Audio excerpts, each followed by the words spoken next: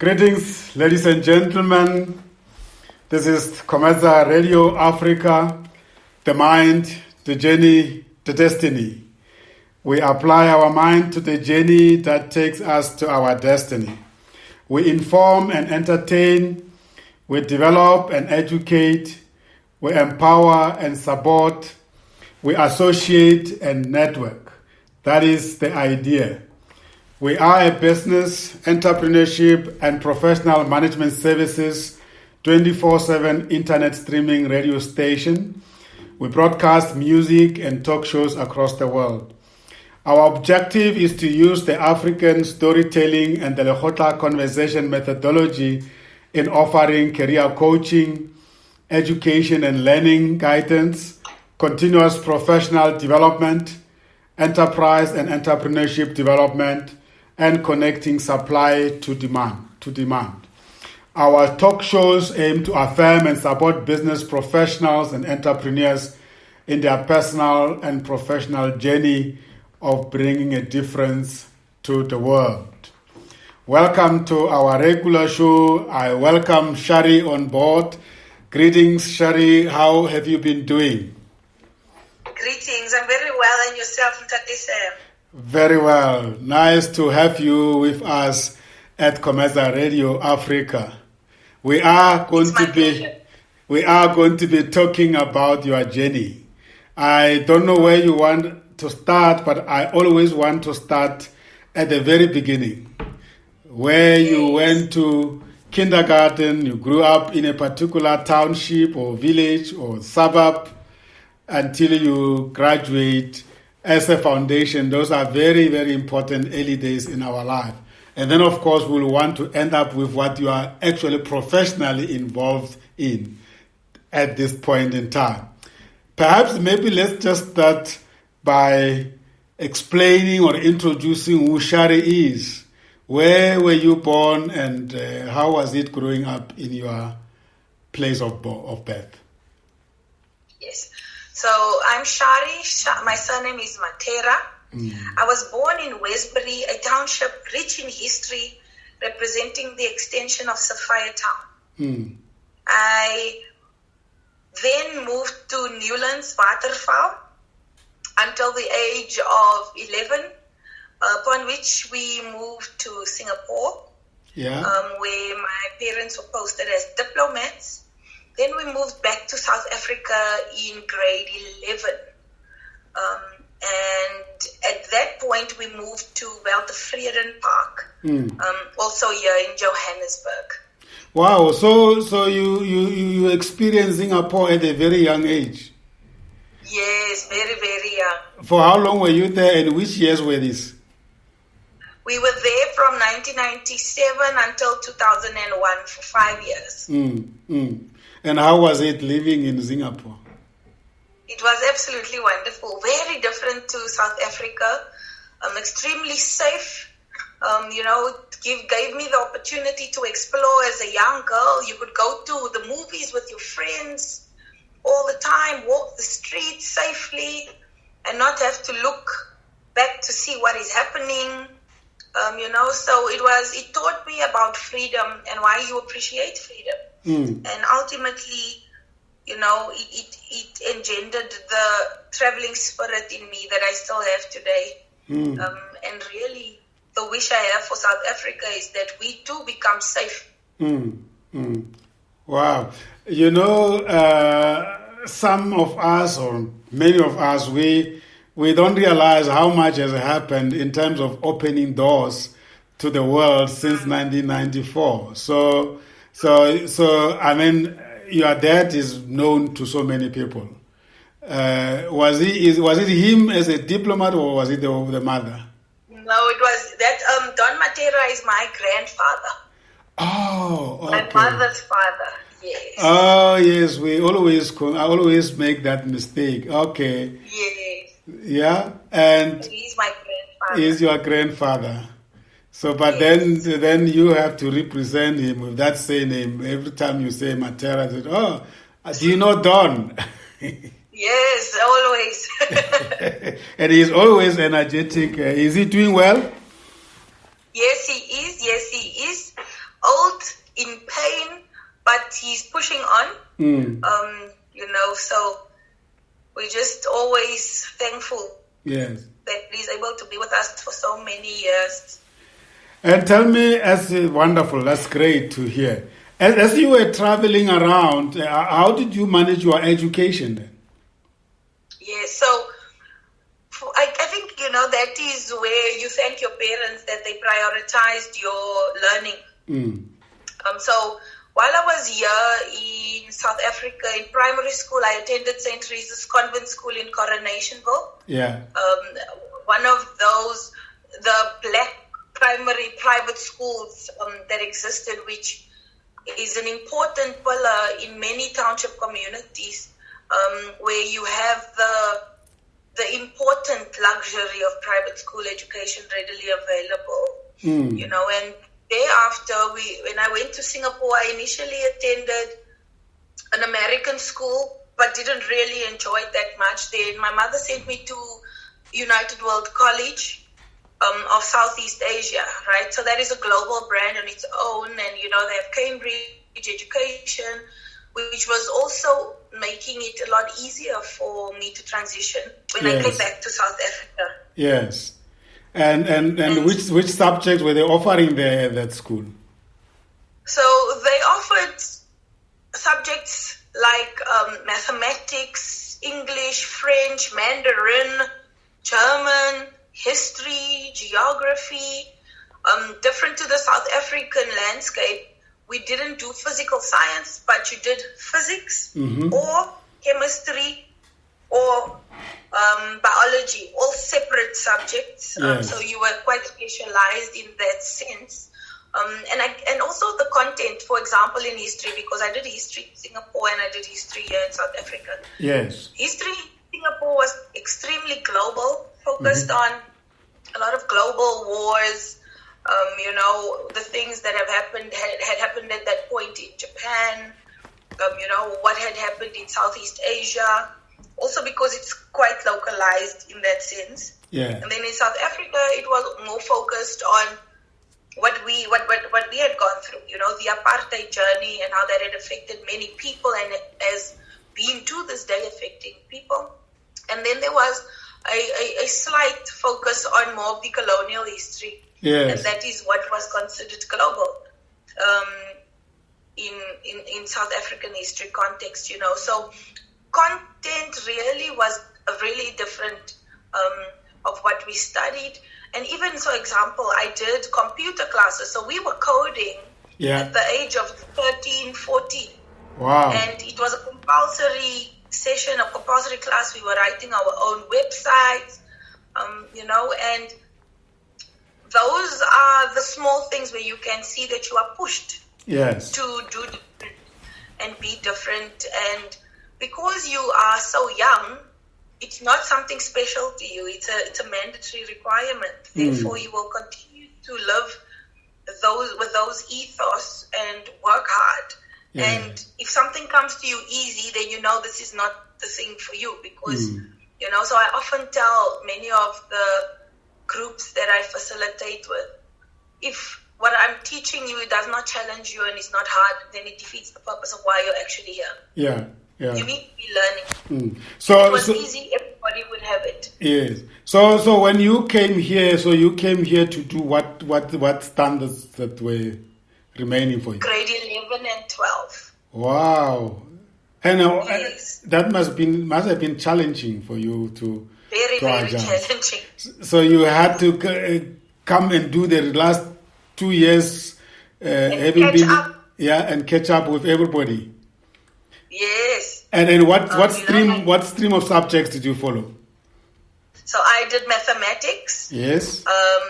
Physical science, history, English, French, and Afrikaans. Those are the 6 subjects. How is your French? Yeah. Oh, my French is rusty, but I understand a lot. I speak some too. Yeah. It's a language I love. Yeah. And the reason I did French is because I come from the African continent, and my parents were always very, very, very clear that as an African child, try to be universal in at least speaking a language of the African continent, and one of those were French. Yeah.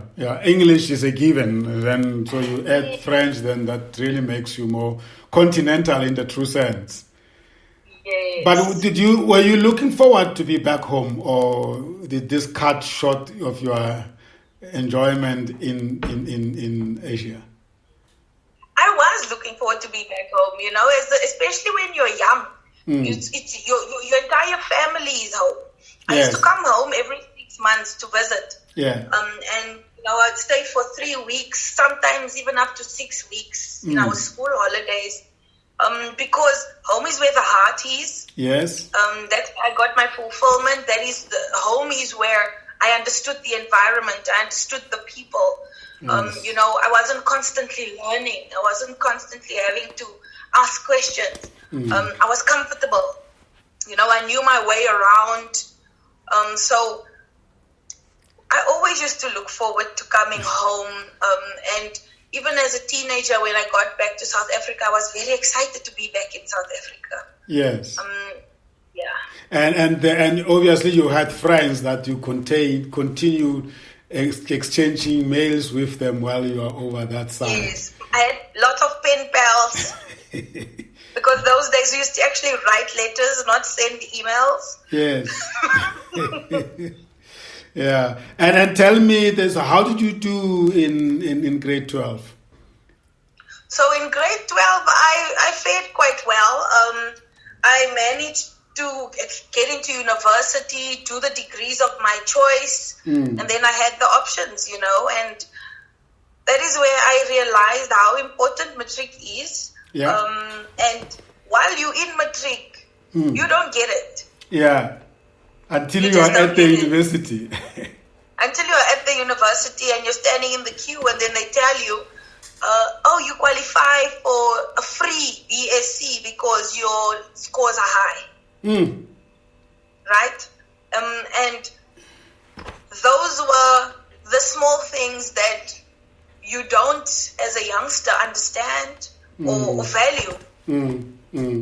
Because it was never your burden to be financially responsible for your education, so you don't think about that. And when I got to university, because I had good grades, I could choose the degree of my choice. And because the sciences was in such demand, and I had fortunately loved the sciences, when I decided to do my Bachelor of Science, it was a scholarship. Yeah. Who gave you the scholarship?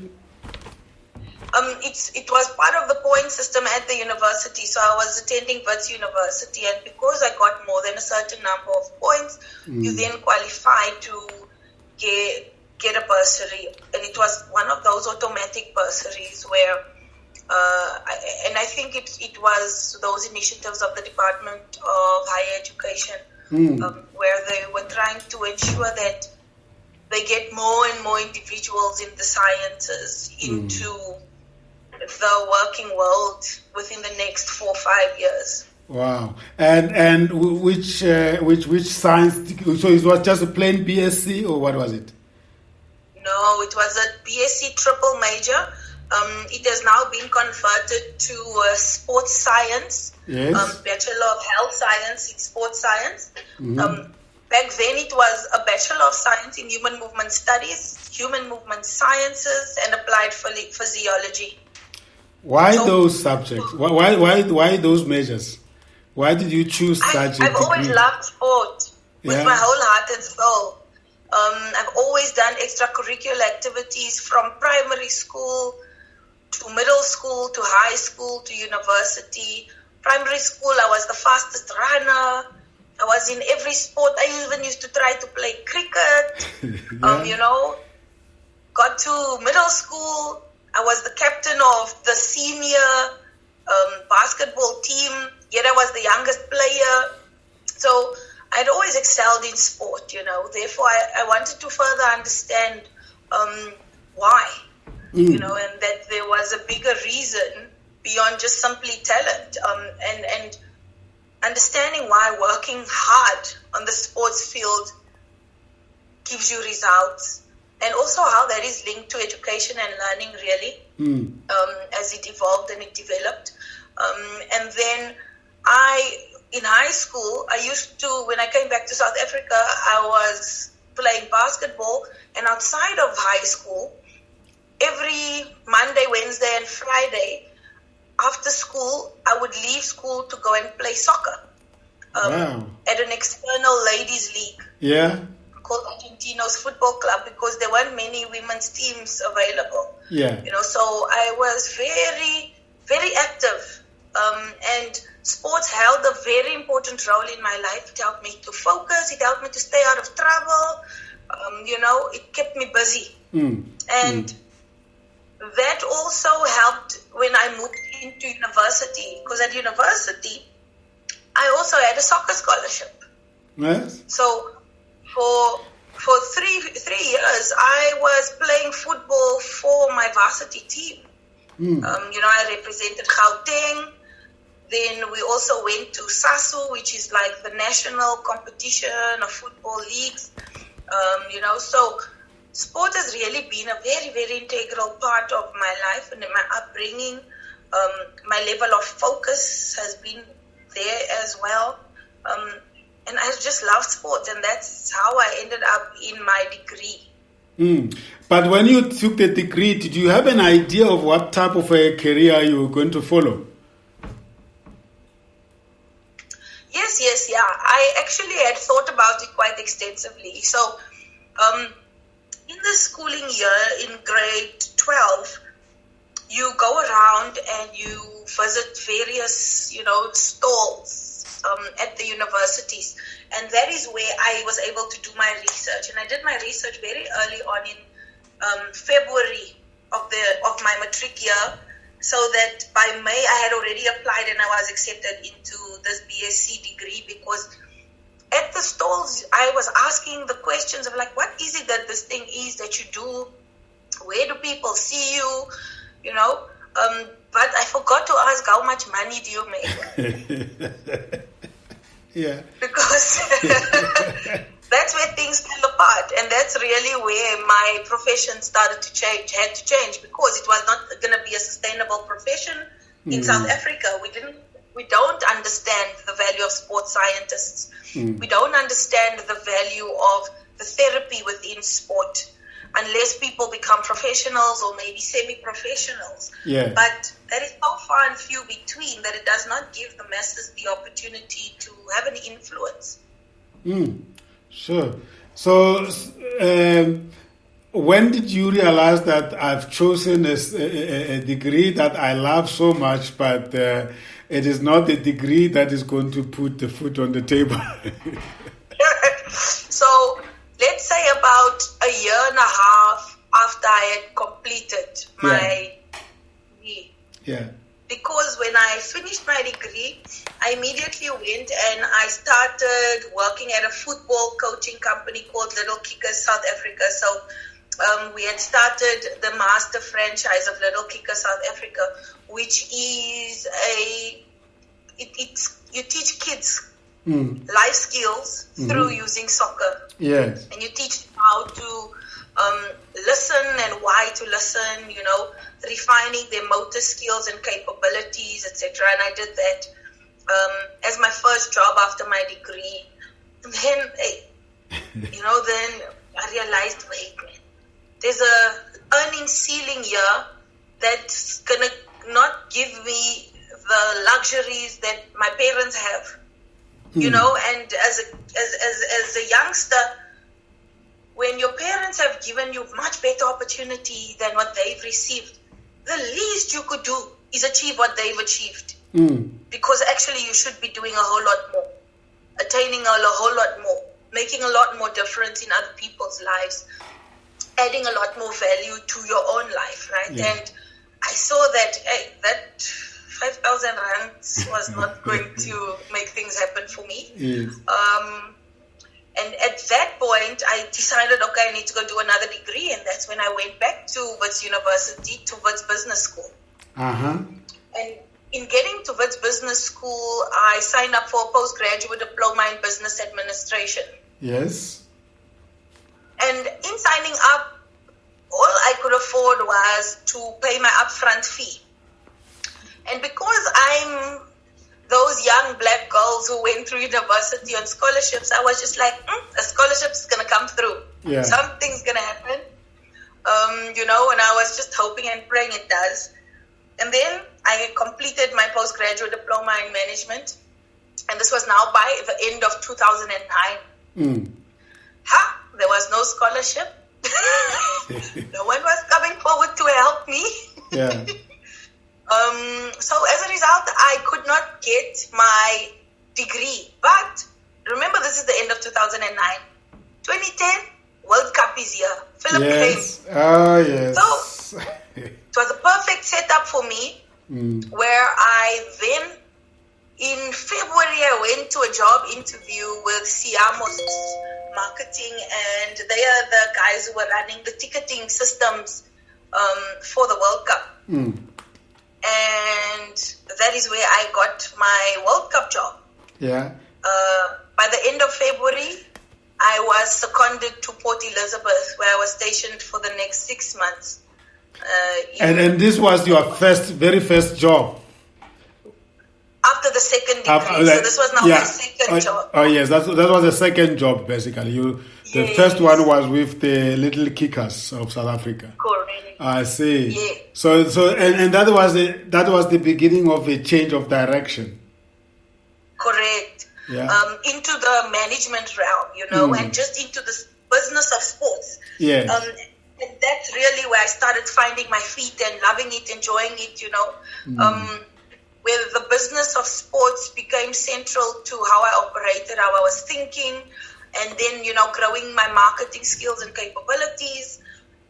And that's what I then started focusing on. And I then did running of various tournaments like the Non-Nations Cup in October of 2010 after the World Cup was done. Running football tournaments, etc. And then I thought that I was going to strike it lucky and continue to have jobs in sport. But it wasn't happening. So what is this telling you about the level at which sports industry is in South Africa?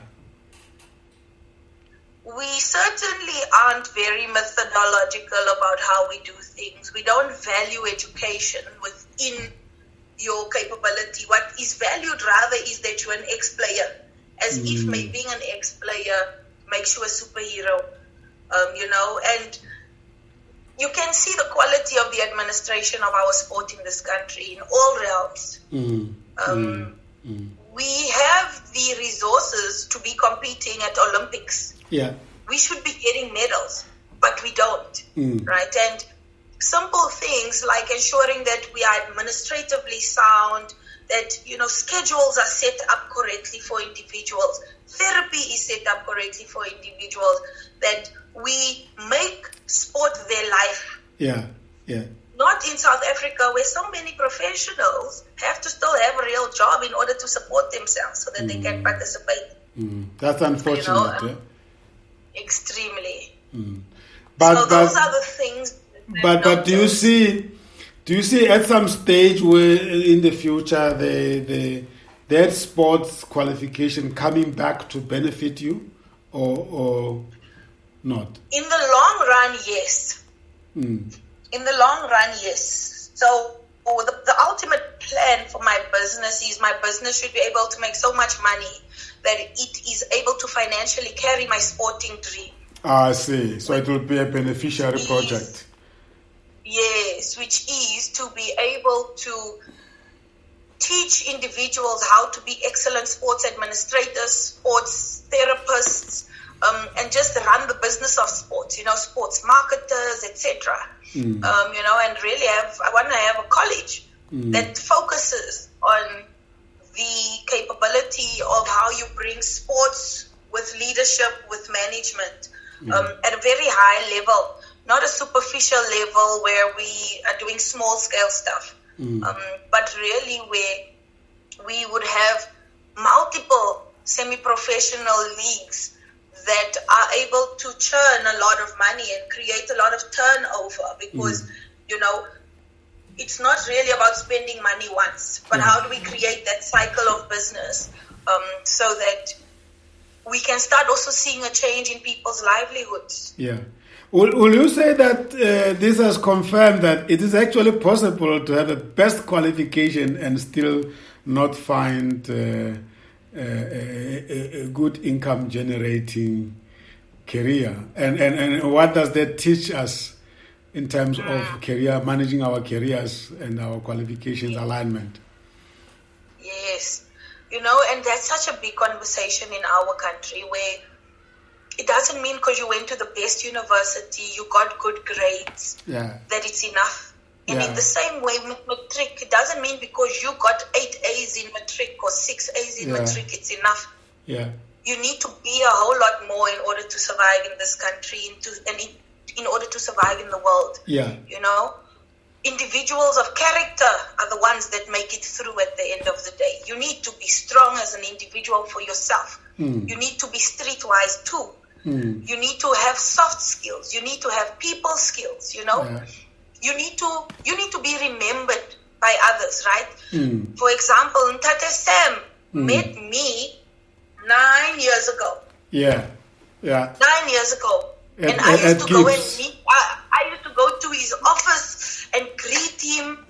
And I just know that life is about a whole lot more than what you present on paper. And that you must network even from a young age, And, for me, it's like, hey, Ntate Sam is this giant of a man. But I was like, he has the right to say, no, don't come visit my office, don't come greet me, don't ask for advice, And so I used to always make the effort to acknowledge the giants among us so that I too can feel like, one day I'll be like this, one day I will learn. Yes, I can ask for advice, because it gave me confidence. And so just having good qualifications or coming from the right schools is not enough. It will never be enough. This is life. This is life. We need to be practical about it. It's a very good. You had a very good foundation. You had great qualification, but post your studies, you had now to manage your career. And will you say that you have been very successful in doing so? Or I remember meeting you at Gibbs, and when you spent a while at Gibbs, was that as a result of your qualification from Wits, or how did you get to Gibbs? I think so. I think it was as the result of my qualifications from Wits, because there's always the underlying factor where when you come from Wits, they know that you're not just an academic. There's a lot more that happens on campus, because you can attest to the person's fiber, to their being, to their DNA, that they didn't just go to school and go back home, like we were activists on campus. We had social lives on campus. Having had scholarships, obviously it meant I was part of the soccer team, There I had people that I had known. And I think in so doing, Gibbs is a place where they choose the person. Yeah. Where they can see that, this individual, there's hope. They're going to make the brand proud.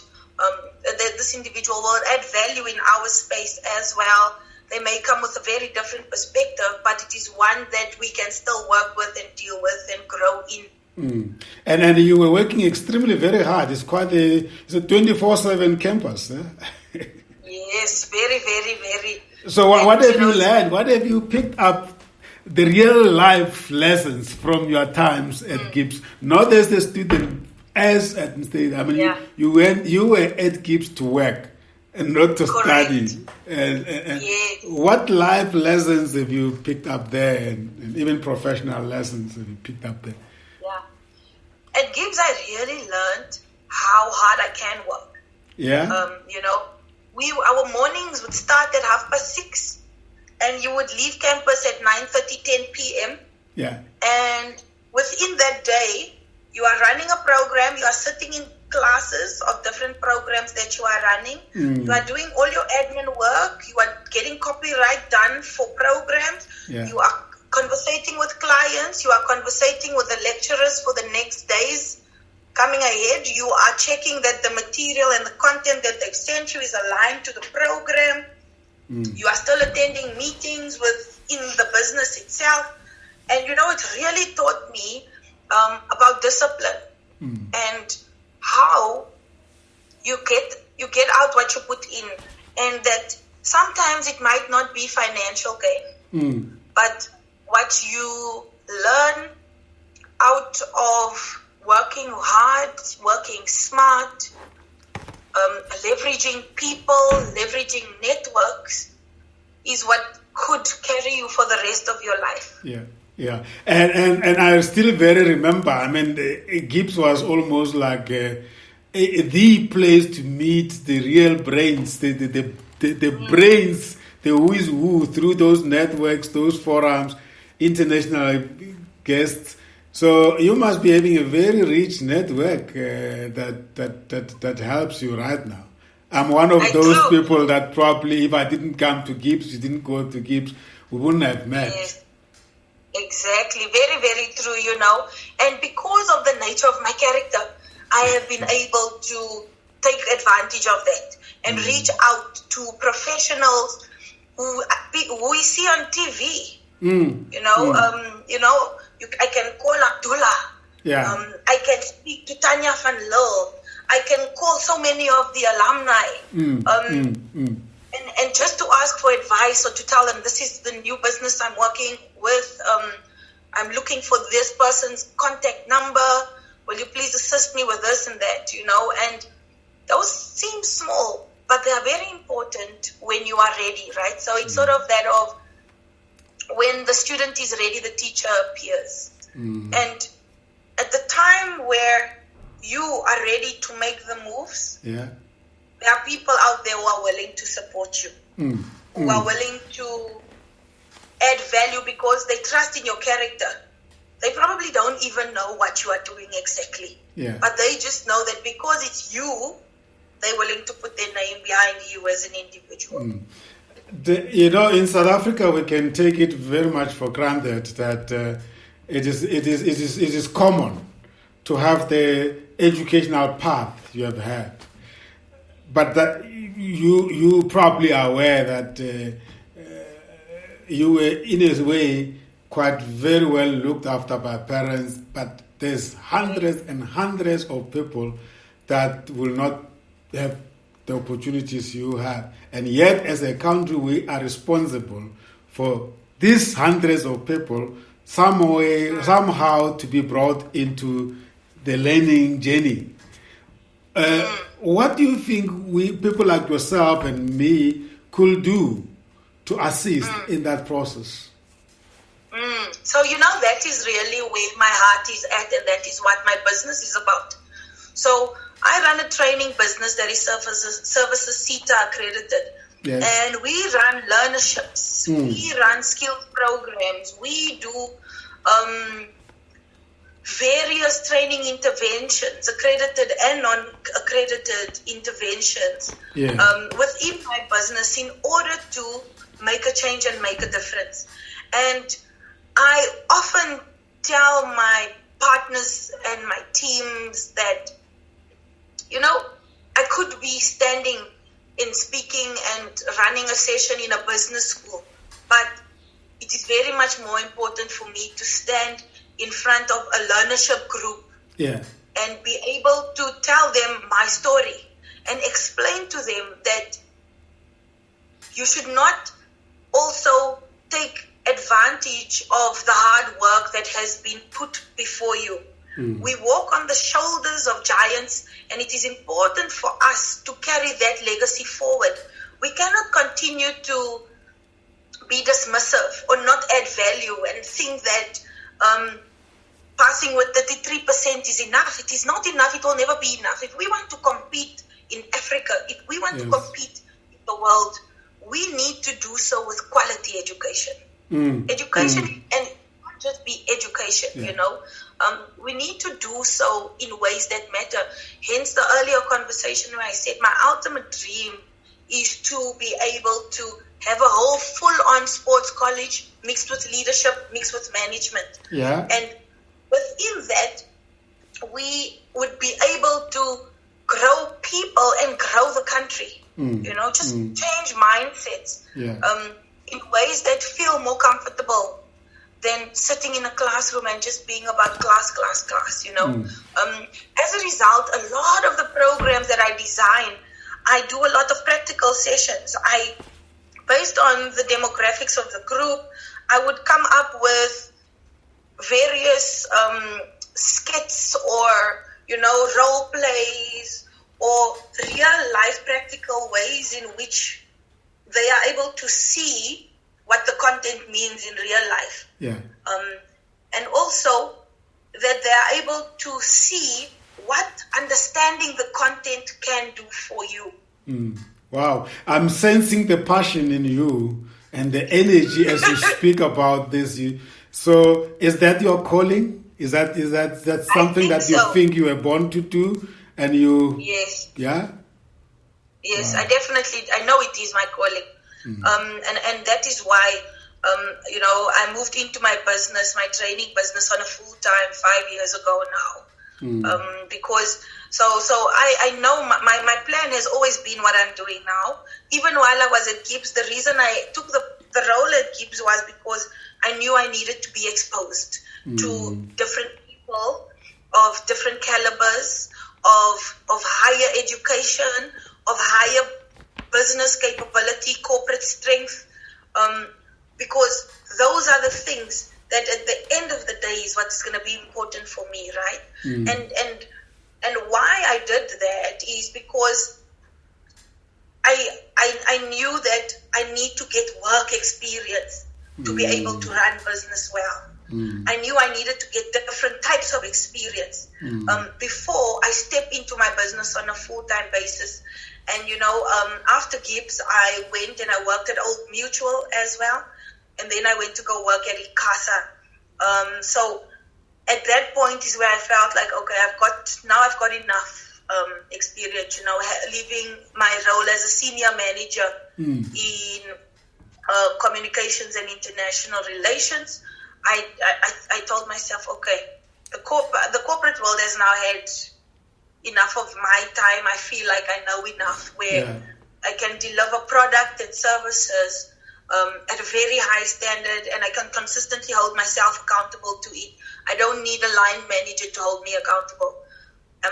But more importantly, that I can start teaching others now how you must do it right and why you need to do it right, because we've actually got a whole country that we need to push. Tell me, why did you not see a need or a desire to, after qualifying and getting your first jobs, to just have fun and you find yourself, these are serious stuff. This is serious stuff you are tackling, the issues you are addressing. And it's as if you didn't have a choice, but you had to do it. What is that inside you that makes you feel you want to stand up and do something and change the world around you? Well, I think it's also how I was raised, right? So I come from a family of activists, from community activists, from change makers, from people who take it upon themselves to make a difference, And I recall at my 21st speech, my uncle said something along the lines of, it is your role to be a step for others. And if you're not doing that, then what is your purpose really? Yeah. You know? And I've consistently been a step for others in everything I do and always want to be a step for others in all that I do. But make no mistake, I've had fun. I've been having fun, right? Work hard, play hard. Which is also why in my earlier pieces, I was alluding to the fact that academics is not everything. Live a holistic life. There's no point in you coming home with 6 A's, but you have no friends. You have no confidence. You don't love yourself. You don't understand where you fit into the bigger picture of the world, right? Because life is really worth a whole lot more and has a whole lot more to offer. There are a lot more different facets that we need to grow in as individuals. so that we are impactful, so that we are able to understand the bigger picture of why we have protests about GBV, why we have protests about Black Lives Matter, why it's important when taxis are protesting that you as a line manager in the workplace can immediately understand why people are going to be late. Or actually, you should be calling them and saying to them, don't even come to work tomorrow. You'll work it back some other time. Before they even tell you, I'm stuck, I can't go anywhere, you know. And there is that spirit of Ubuntu where we need to learn and reteach ourselves. How are we going to think for other people? Because obviously, if this person is trying to come to work in a taxi and they know that the taxis are striking, they do know that there's a risk of them getting hurt.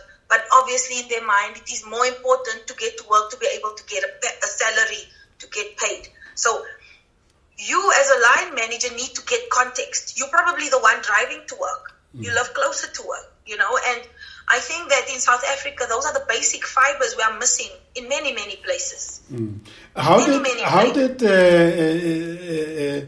staying and studying in Singapore impact on this perspective that you are having? And I think it had a very, very big role to play, because in Singapore, while I was in middle school, I was in a movie about soccer, for example, right? And so there's no limitations.